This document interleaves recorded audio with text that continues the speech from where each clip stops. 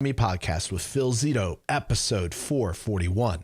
Hey folks, Phil Zito here, and welcome to episode 441 of the Smart Buildings Academy podcast. In this episode, we talk with Derek Wright of D&L Controls.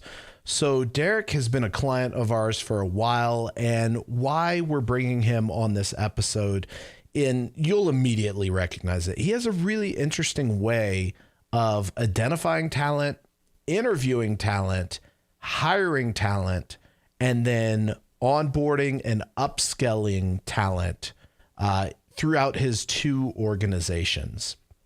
I really want you to focus in on, like, what does Derek look for when he is hiring individuals to work at his organization? How does he go and utilize the video interview process and different behavioral assessments to determine where someone would or would not fit in his organization? And then how does he go and create a streamlined plan to progress people throughout his organization and through their careers while they're working for him? So really focus in on those. He's got a bunch of great ideas. Derek's an awesome guy. I think you all will really enjoy this interview. So with that, let's get on to the interview. All right, folks. So we're here with Derek Wright. And Derek, thank you for being on the podcast today. I really appreciate it. My pleasure, Phil. I sure appreciate the opportunity. Absolutely. So besides for having an amazing beard, of which I always tell you I'm jealous of, you actually have an amazing culture in a company. And I really, it really impressed me when I found out that you and other individuals on your team went and got actually certified to do DISC assessments, how you utilize that. There's a lot you do that we'll unpack that I think makes your organization unique. But let's go back in time. How did DNL Controls get started? Tell me about that. Well, DNL Controls got started in 1984 by a different owner. Dana Fairbanks was his name. And the way that became, we were actually just an installation company. I came to work for him in 1986, and we just did straight installs. He came out of the Honeywell world. Honeywell in Utah was getting rid of their in-house installers, and they kind of set him up, said, well, we'll sub all our work to you. And so he got started. I came on. I was his first employee, I believe. And we went to work just doing installs. And as we progressed, we started dabbling in, started moving into becoming more of a building automation contractor. And I'd seen that as the way I wanted to go. And so I purchased the company in 2000. And then I started moving us towards that. And I separated the installation side. And so we have a sister company called Lone Peak Controls. And that's our install guys. That's where our electricians are that run all the pipe, wire, terminations. And we keep the parts and smarts over in D&L. And so we've developed over the years, and we've become a full-blown building automation contractor now, and doing a lot of work, and we're growing, and it's just been a crazy ride. I've done everything from install to programming to sales to engineering to the whole thing. Now my job now is more business development, relationship sales, and marketing. Yeah, man. And it's been really cool talking with you. You have a very structured process for how you bring on an apprentice, then you bring them up through the org, and they'll go through both of your organizations during the process, which is pretty neat to me. Why don't you, because I don't run into many orgs who do that, talk through that. Well, we've found that everybody understands. Well, you listen to people and they say, "Man, we have a hard time finding qualified people." Well, we kind of do it a different way. We don't look for a qualified person. We look for a mindset and attitude. And we start them at the bottom bring them into, they don't need to know our business. We'll teach them the skill set. The thing the part that I can't teach them is that, mindset, that attitude, that, part that is kind of unique. And so, yeah, we do have an interesting, I've changed it a lot. From, we used to be like everybody else. Hey, we need somebody. If you're a warm body ready to go to work, let's go. And that ends up costing us a lot of money because you end up with people that don't stay. They don't end up doing stuff. So now I've taken it to a whole different level now. So our process basically is you send in a resume. We look through the resume, and then we will send back and say, will you please answer these 5 questions on video? And I got a little pushback from my team when I told them that we're going to do this. He says, well, there's a lot of people that don't want to get on video. I says, well, then that's not the guy I want. And so that they'll answer these 5 questions, and that gets me to see them, kind of gets me to see what their mindset is, and we start that process. And so if I like what I see on the video, if they answer the questions right, if I kind of feel like their mindset's in the right, their attitude's right, then I'll call them in for an in-person interview.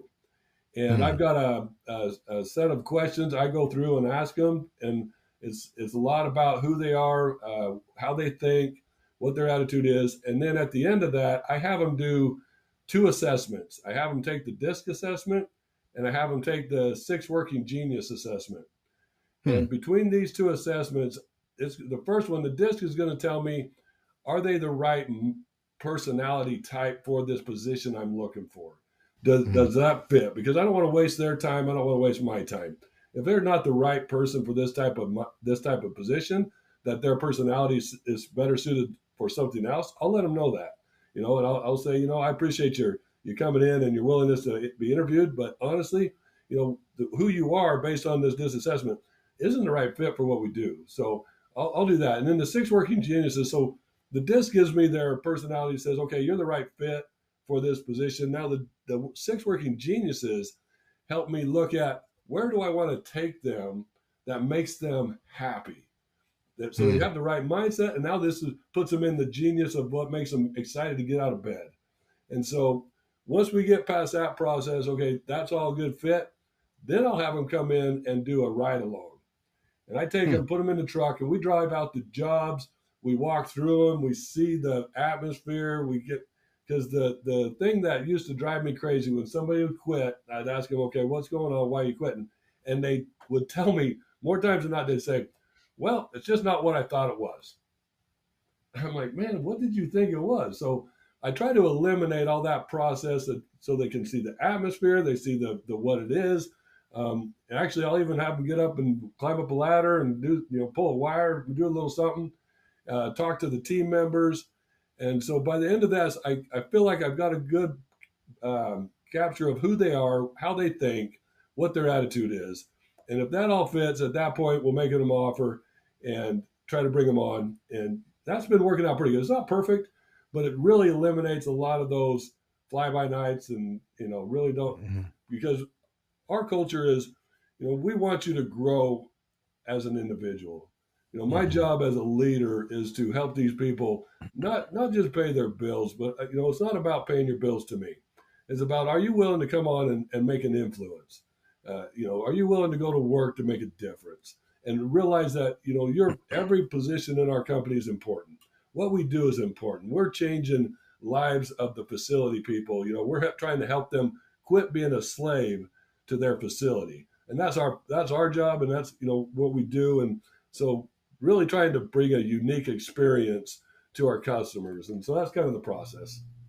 Yeah, that's pretty cool. I got goosebumps when you started to talk about going and everyone being important and engaging.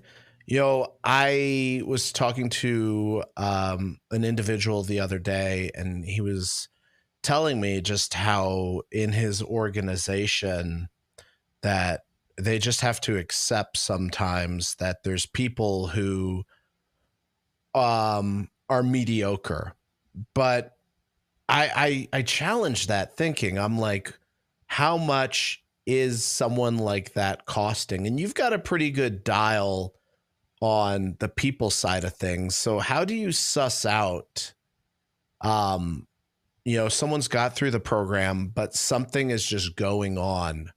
How do you suss out if it's something going on in their life or if it's something that, oh man, we missed a character defect here and this person shouldn't be here? I'm just kind of a little off topic, but I'm just curious. I love that because it really, because of the culture we've built here and the mindset we have with our team, and everybody wants to win, we want to grow, that person will weed themselves out. They'll start figuring out that, I'm not a good fit.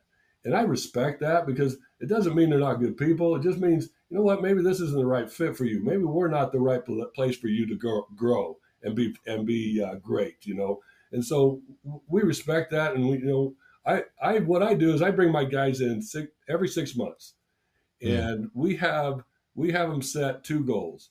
We set two 5-year goals. One's career and one's personal, and we try to make sure that they're on track to meet those goals, so that at the 5 years we meet them, we set more. And so when I bring them in, we do a lot of work on mindset and personal growth. And with watching my guys start to take that on and take ownership of their personal growth. You know, every Monday when we have our big team meetings, I ask the question to everybody, and they know it's coming, so there a lot of them are doing it more. But I ask them, what did you read or what did you listen to that was good, positive, uplifting, Mm. educational? How did you grow this week? And, you know, they'll come back with books, and it's interesting to see the guys, you know, in the podcasts they're getting in, the books they're reading, and they're really starting to take that on. And it's really making a difference in our culture. You know, guys are excited about that. DISC, I'll tell you, the DISC has been a game changer for us. These guys we trained our whole team on DISC. They even take it home to their families. And because it helps with your communication, right? Because we all have a certain style of communication based on our natural personalities. Well, one of the things I did as a leader is I put out a survey to my team. And a lot of it was asked, what do I do that hurts the company or hurts the morale? What do I do that's good? What are the things I need to change? A lot of different questions.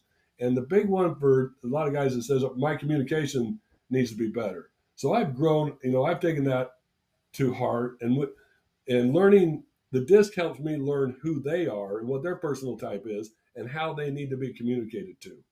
Mm. So that helps me adjust how I talk to each individual team member and try to communicate to them in their personal style. And it's really and so the last survey I did, my communication has come up. It's still not better. We're still working on it. We're still growing, but it's improved a lot. And so the morale of the team's getting better. I'm watching their personal growth, because I want to help as many people as possible get what they want out of life. Because Zig Ziglar Mm. says you can have everything you want in life when you Yep. just help as many people as possible get what it is they want out of life. And so coming in and helping these guys see that we care for them, their families, the growth, the that they're taken care of. You know, they say an old saying is nobody cares how much you know until they know how much you care. Mm-hmm. And the guys are starting to feel that, they're starting to see that, and it's really making a difference in our culture. It's so funny that you bring up about the communication, because that takes humility. Because I've done 400 something podcasts, and my team says to me, Phil, you need to be more succinct in your communication. You need to be more clear. You think when you talk. And I recognized that I was talking with a product organization before this call. And he said, what is your ask? And I found myself going, oh shit, I'm not very clear. I'm not clearly communicating what I want this person to do for me. And then, you know, much like you, I listened to a lot of self-development. And this one guy was like, if you go to a billionaire, have a clear ask of what you want. And I found myself thinking, hearing that again in my head, I was like, I really got to get better about preparing when I come into conversations and having a clear ask. So it's funny you bring that up, because I'm running through the same thing. You know, well, leadership is literally communicating effectively your vision to the team. You Mm. know, and so, you know, the one thing I like to, you know, everything really starts with how we think and believe. How Mm. we think and believe will guide our actions, and our actions are going to change our circumstances. You know, and your attitude is big.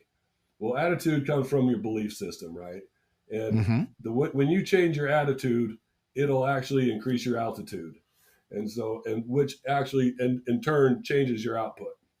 Yep. So we really work on that, and it's big for us because, and I have to do I have to lead by example. You know, so I spend a lot of time in books, in trainings, to become a better leader, to become a better employer, to help build that winning culture And so we really focus on that because that really makes the biggest difference. When we can go into our marketplace with the right attitude, that we Mm. want to deliver a unique experience to our customers. We want them to win. We want to help them, quit being a slave to their facility. We want to serve them with love and honesty and integrity. And we have these as our, we have a mission. We have a what we call an MVP, and we post it on our building. We live by it, our mission, our values, and our purpose. And so that's we live by that. We show that, we talk about it, and we really want to deliver that to our customer. So let me ask you this. This is something I organizationally am facing right now, and I'm trying to figure this out. So we're getting pretty close to having a pretty dialed in vision. I wouldn't say we're perfect, but we're way further along than where we were.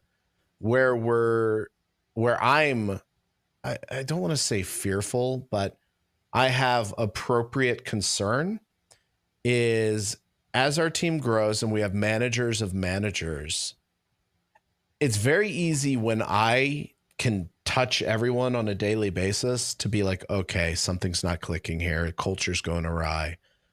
But when you can't do that every day, how do you go and manage that? Am I being clear in my question? Does that make sense? Say Like that again. if you, Broke up a little bit there, Phil. yeah, if you grow, you're going to become more disconnected from your field people. How do you maintain enough of a connection to ensure that your values and your culture are not drifting?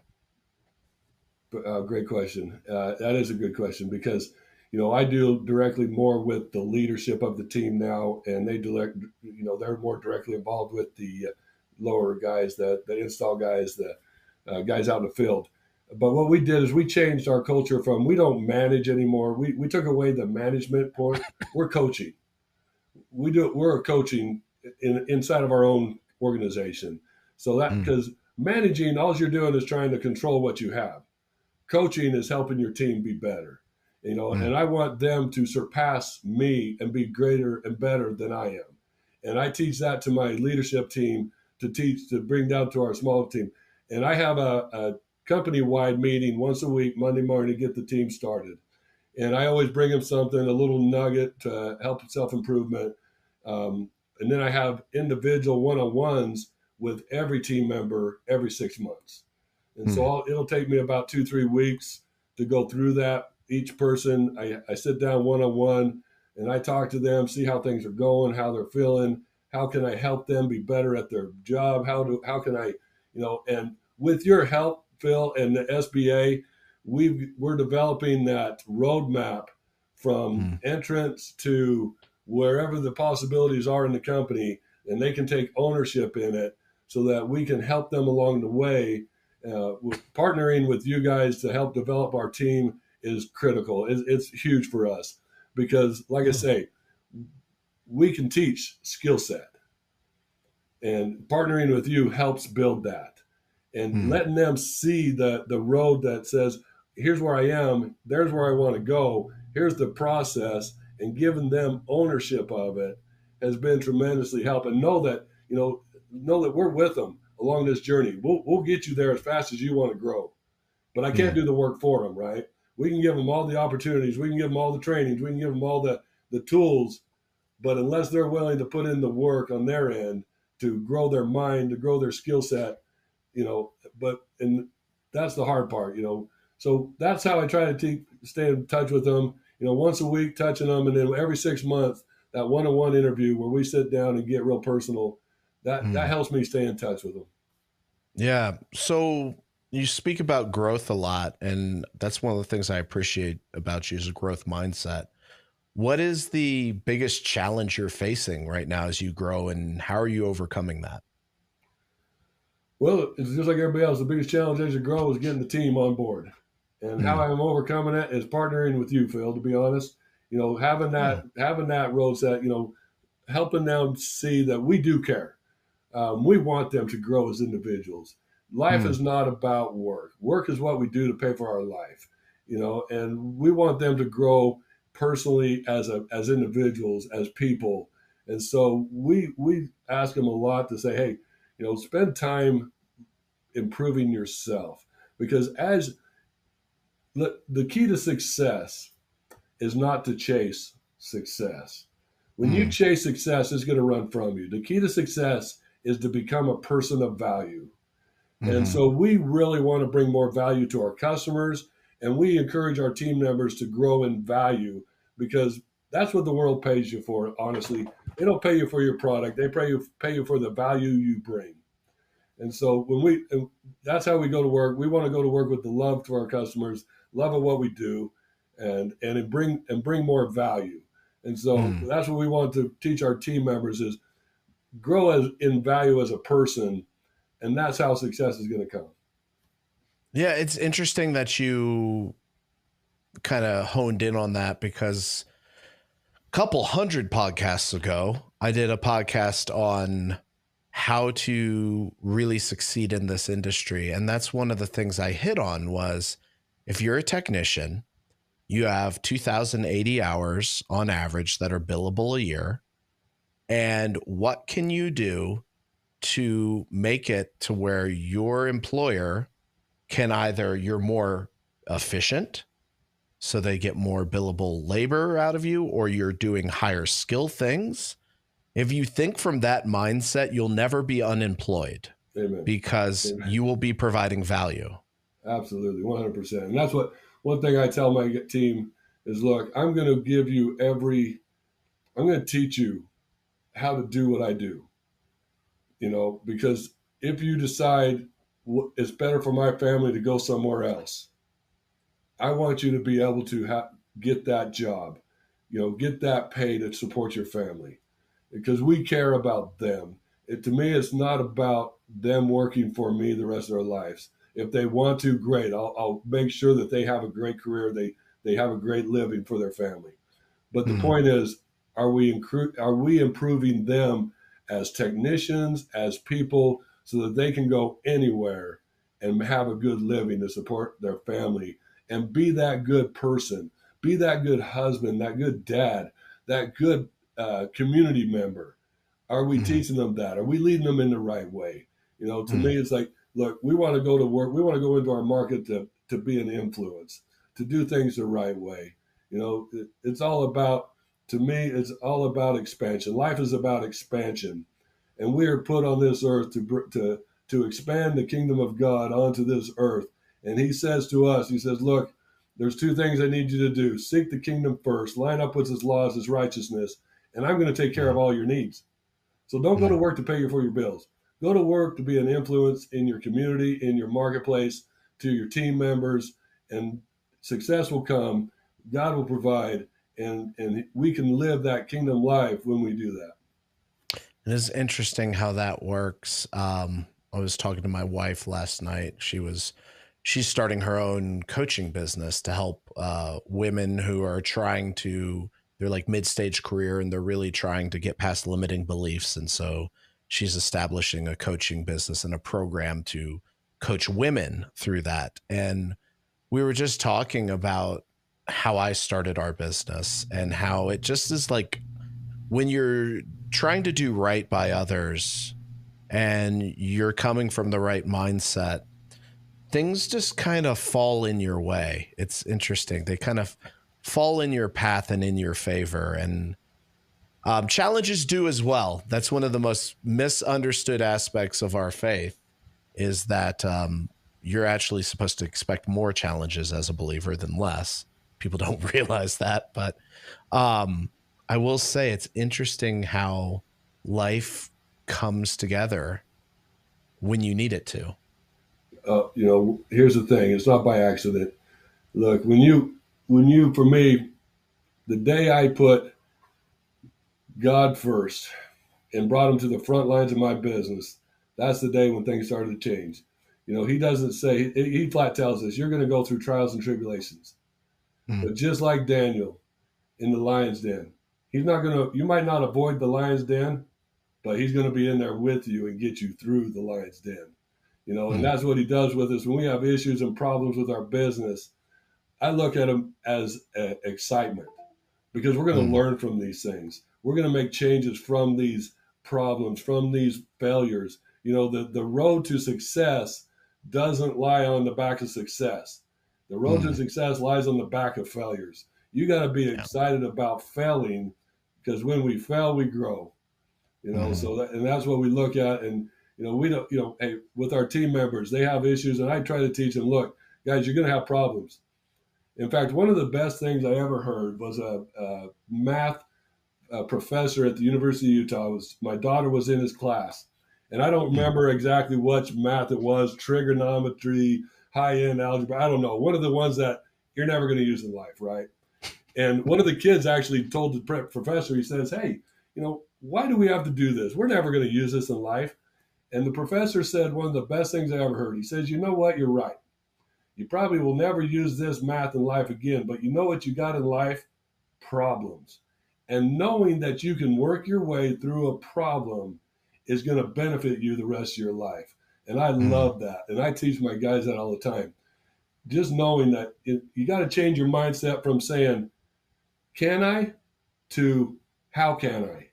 Mhm. Because if you tell yourself, I don't think I can, you're going to give yourself a roadblock. Or ask yourself, can I? You're kind of giving a roadblock. But when you say, how can I?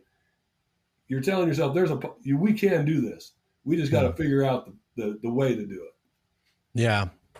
Which that brings me kind of to our next question, which what is the biggest growth opportunity you're seeing for contractors in our industry, like for them Well, for as me, you look around? we work in a technology business, and AI, I think, is the future. I think that's going to be a game changer. And because that takes the human element out of it, it'll help our buildings run more efficiently. It's going to do a lot of things. It's going to help, reduce the nuisance calls. I think the biggest opportunity moving forward is getting you the right AI that goes on top of your BAS system. Mm. Is going to be a game changer. That to me is our biggest opportunity right now. I think there's a huge miss in our industry around organizations pursuing owner direct work and utilizing, to your point, technology to generate insight. Um, Everyone markets about it. You look at the Braintrees, you look at the oh my gosh, I can remember Braintree. They're all SkySpark, etc. Um, and I will tell you, they all market around, hey, we're going to give you insight, but then it just doesn't seem to happen, and that's the missing gap. And I'm with you. I think that that's the future. I'll also Yeah, tell you one thing really interesting to me, and I get into debates because I have several extended family members who are in unions and whatnot, and we talk about labor. And I tell them, I'm like, guys, do not get too comfortable, because you look at what's happening in like California, where they're paying $22 an hour for fast food workers. Eventually, that creates a burden for a business that the customer base can no longer bear, and you're going to replace that labor with robots. Like, have you seen the Tesla bot at yeah, all? yeah. It's I agree with you. crazy. You're never going to get rid of people completely, but No. there are positions that you are going to be able to eliminate. So instead of putting your head in the sand, you need to ask yourself, how can I use this to my advantage? Where can I fit in to benefit from this? Hmm. Yeah, it's one of those things that, like, you're spot on. And I think you said it a little bit earlier when you said, how can I? When your brain's a computer. So if you tell it there's no solution, it's going to fulfill that. But if you tell it there's a solution, your your brain's going to look for that, and then in your conversations you're going to subconsciously create those kind of conversations. Yes, here's the thing. Our brain, they say we only use 10% of it, so it is so highly untapped. So that means we've got a lot of potential. Hmm. If we're only using 10%, we all have tremendous amounts of growth available to us. But Hmm. it's a matter of how we think and believe.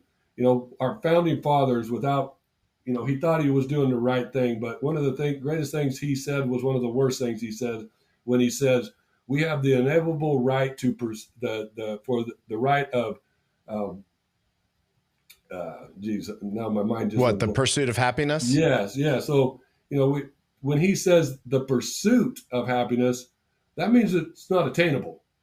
Your mind Yeah. says that. He should have said we have the right of expansion of happiness, because happiness is a decision. You can decide to be happy wherever you're at. But if you allow your mind and you allow society with this negativity to tell you you're not happy and you agree to it, you're not going to be happy. It's always going to be Yeah. out there at the horizon. You can look at that horizon and walk towards it, but you never reach it, right?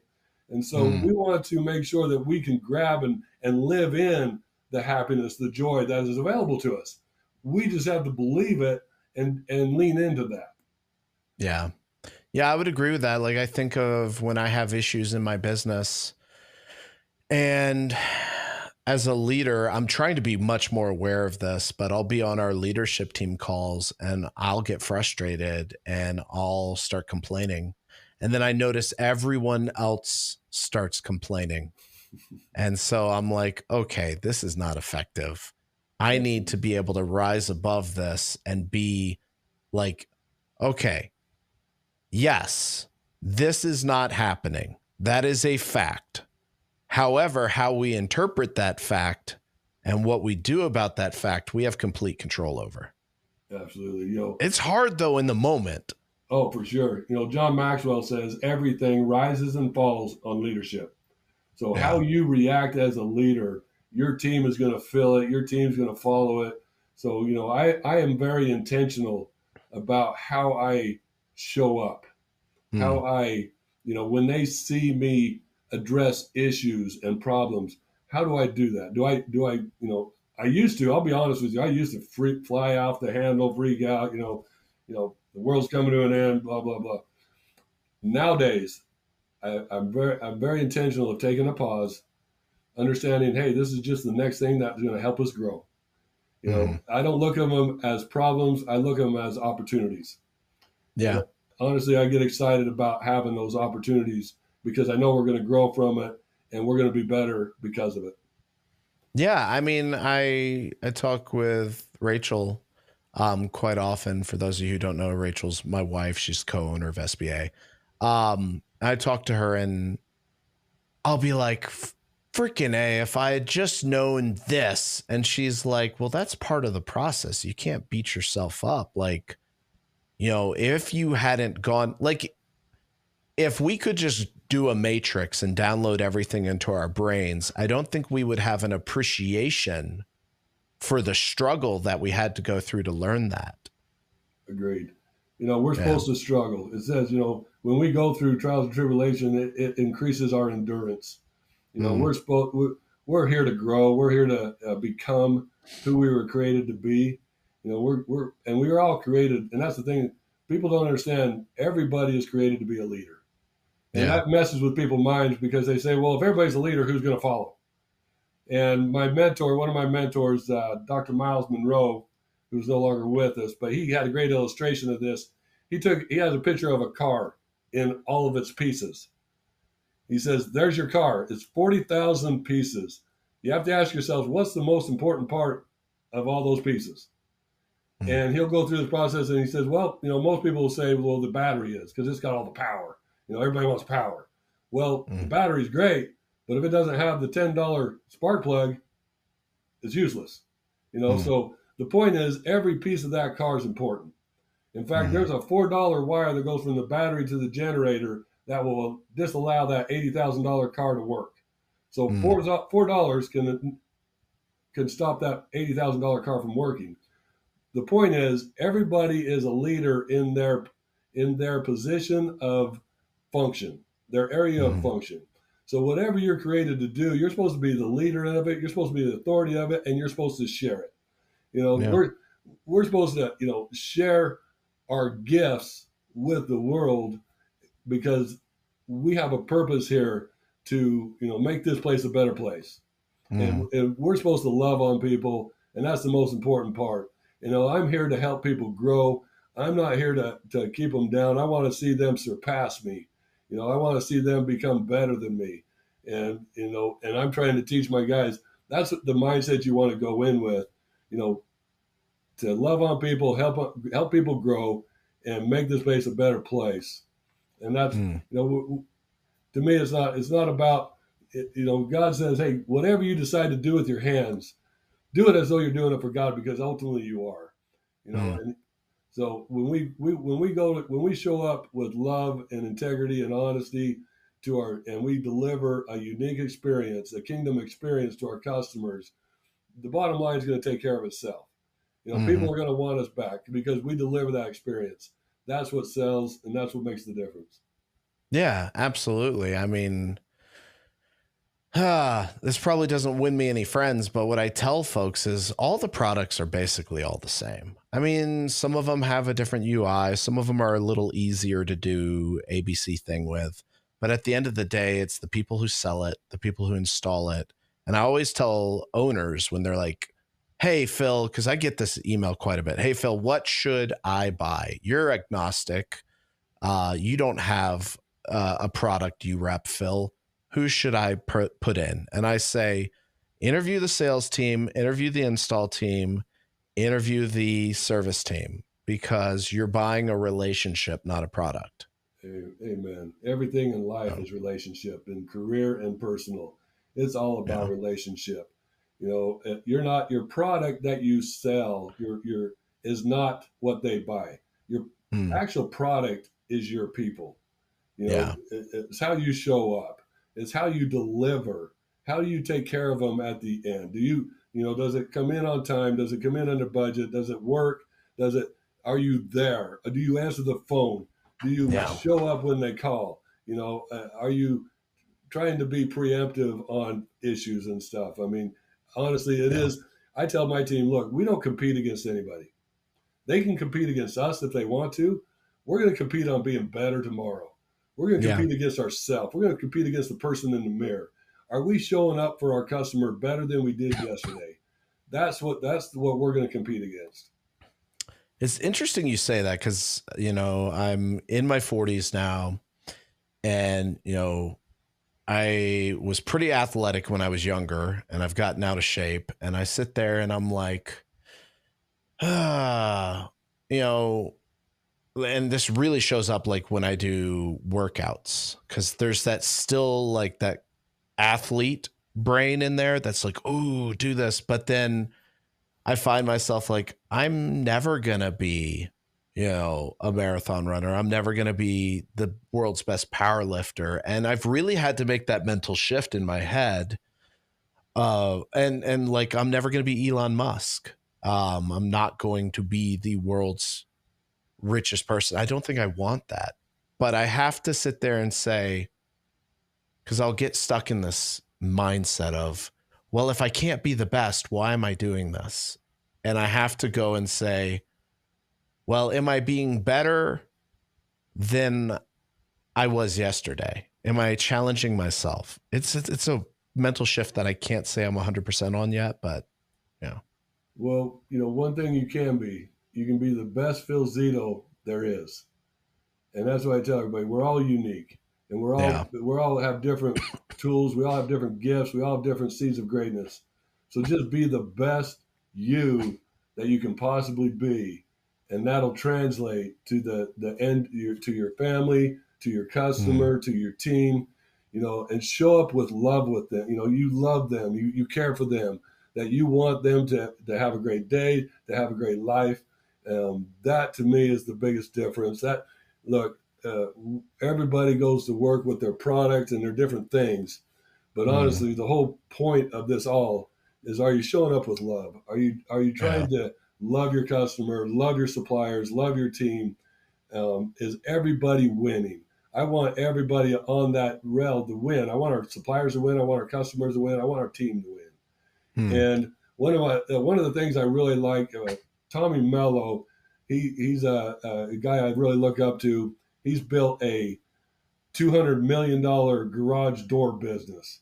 It's crazy what he's done. But he's got the philosophy. He says, look, you need, as the leader, as the owner, you need to make sure that you're dreaming big enough that all your team's dream can fit inside of it. I mean, Oh, you think about that that is for a good. minute. And that's what we try to do. We've got a 6-year goal in our team, and I made it big enough that everybody's dream can fit inside of it. And I said, look, when we get to that goal, when we meet that goal, I'm taking the entire team on a vacation to celebrate together. Because that's what we do as a team. We win together. This is an individual. You can't win this thing by yourself. It takes everybody to win. The only difference between the guys that started and even myself is experience. Nobody's any better than anybody else. I value them all the same. It's just the experience that makes them any different.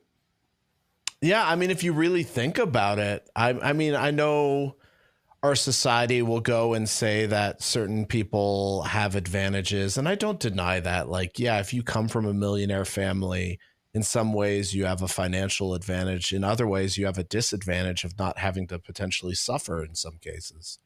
But at the end of the day, if you look at the most, and I use wealth because it's easy to quantitatively define.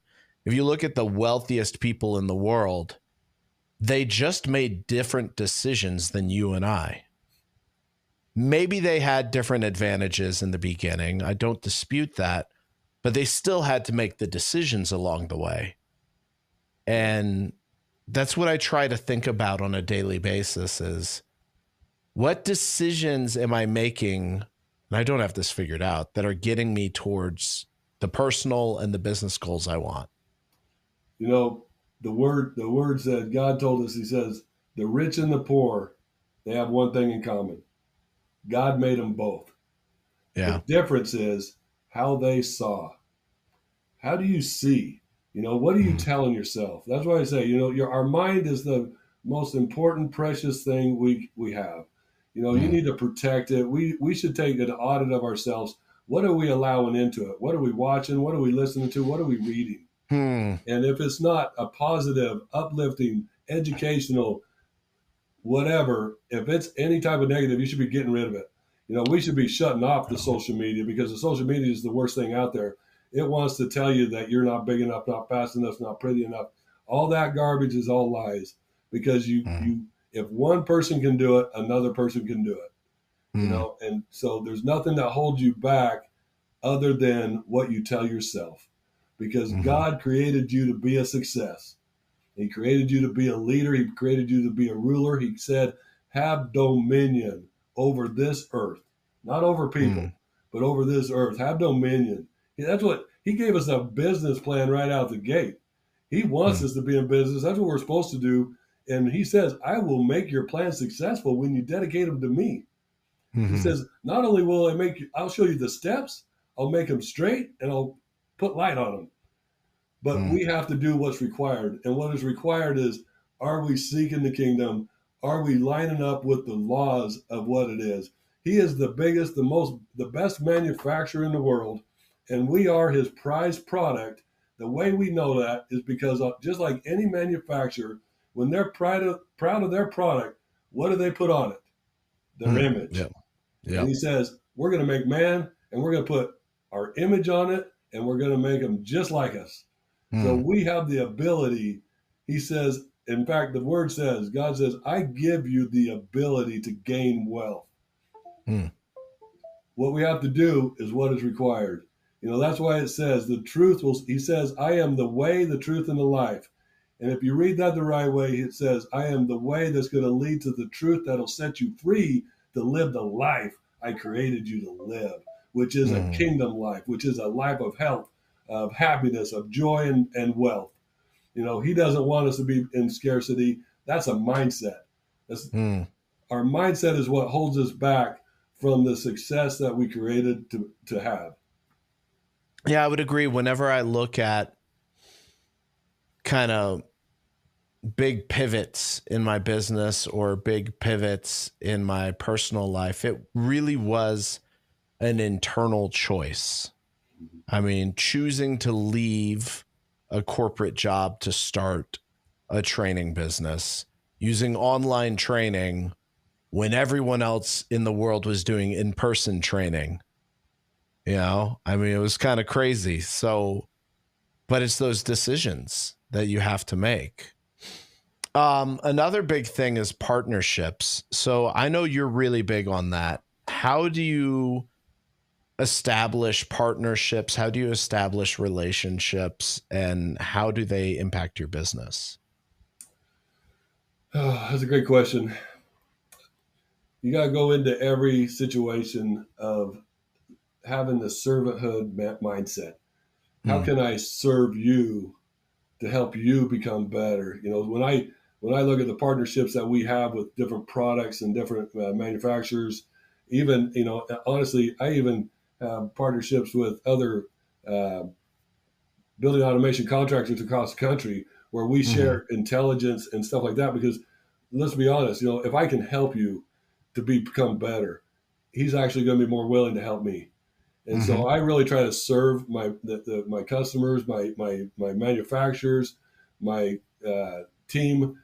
And when you go into any situation with a servant mindset and you build relationships, because like I say, everything in business and life is relationship. And try to go in with a servant mindhood, not what I can get out of you, but how can I help you? And that's what I do, and that's how we try to go about our day, and we try to align ourselves with like-minded uh, businesses, like-minded people that are trying to mhm, make a difference, that are really going out to serve, not to take. mhm, That there's a story about sowing your seed. We sow, we might not reap the harvest that we sow, but we're going to reap somebody else's that sowed before us. So we should be sowing that somebody that comes after us can reap that harvest. It's funny you say that because we've been trying to break into the owner space, and we've had some success, but then we run into when our sales team will call owners, they're like, "Oh, we get training from our SI, or we get training from this," and I'm like, I think to myself, because I am a very high D in disc, so you'll appreciate this. I think to myself, I don't say this, but I want to say it. I'm like, well, we train the SIs that are training you. So what? And I find myself, but you know, it's one of those things. So I contact by the name of Jason on LinkedIn, and I say, hey man, I don't get it. We've had some success with really large healthcare firms, and we're doing great things and they're seeing success. But some of these ones we call and they say, "Oh, we've got it handled. Oh, we've got this." And I'm like, "I know they don't, because I used to service these people." I'm like, "I need your help." I'm like, "Can you give me some referrals?" Because that's what I'm learning in the owner space is you're going to get blocked immediately when you call people. You have to have a referral to get through the noise. So I say to him, I'm like, "Hey, can you give me a referral?" And he's like, "Well, I could do that. I can also make a post on LinkedIn." I'm like, "Okay." And I'm expecting him to be like, "Hey, Smart Buildings Academy, they do great training. You know, that's wonderful." No, he does this like 5 paragraph post talking about how when he was just an HVAC tech, and I had totally forgotten about this. He was struggling with like an IT issue working at a hospital, and I would take his phone calls and I coached him through it. And like, he wasn't a customer. It was just someone who listened to our podcast and called me, and I helped him through it. And I was like, oh crap, man, I totally forgot I did that like 4 years ago. So you never know where things are going to come full circle. It's really interesting. Absolutely. Yeah. Um, so let me ask you this. This time flew. Is there anything else you'd like to share with the audience before we end this? You know, I probably would, Joe. I'm a big believer in the kingdom. I'm a big kingdom guy, and to me, it's like, look, when you go to work to to be an influence, to really Hmm. love on people, to really make a difference, and people feel that. Your team will feel it, your customers will feel it, And that makes the difference. That's what's going to bring you the opportunities, the possibilities. And when you got to lead with that, when I talk about mindset, it is completely all about how you believe, how you think, and how you show up. Do you walk the talk? Do you walk it, or do you just talk it? So we try to walk how we talk, and just show up with the kingdom in front, and try to love on our customers, because at the end of the day, that's what it's all about. Yeah. We were supposed to love on them and love on you. Man, I love you, Phil. I appreciate everything you've done for our company, and I'll tell you the truth. We wouldn't be where we are today if it wasn't for the training that we've got out of SBA. And so we sure appreciate you, and we're a lifer with you. Thanks, brother. I appreciate it. No, all right. You show up the same way, and that's why we work together, is because you do have the right attitude and the right mindset, and that's why we work together, because I appreciate that, and you show us love that we can love on our customers. So it's a pay it forward for us. Yeah, I appreciate that. Thanks, Derek. Absolutely, brother. Hey, folks, I hope you enjoyed the interview. I hope you found tremendous value from it. If you want to connect with Derek, I will provide his LinkedIn, as well as a link to his company that you can go and check out. If you found value in this content, please go on YouTube, like and subscribe, hit the notification bell on LinkedIn or Facebook, like and share this content. And if you feel we've earned it, leave us a 5-star review on iTunes. Everything will be available at podcast.smartbuildingsacademy.com/441. Once again, that is podcast.smartbuildingsacademy.com/441. Thanks a ton, and take care.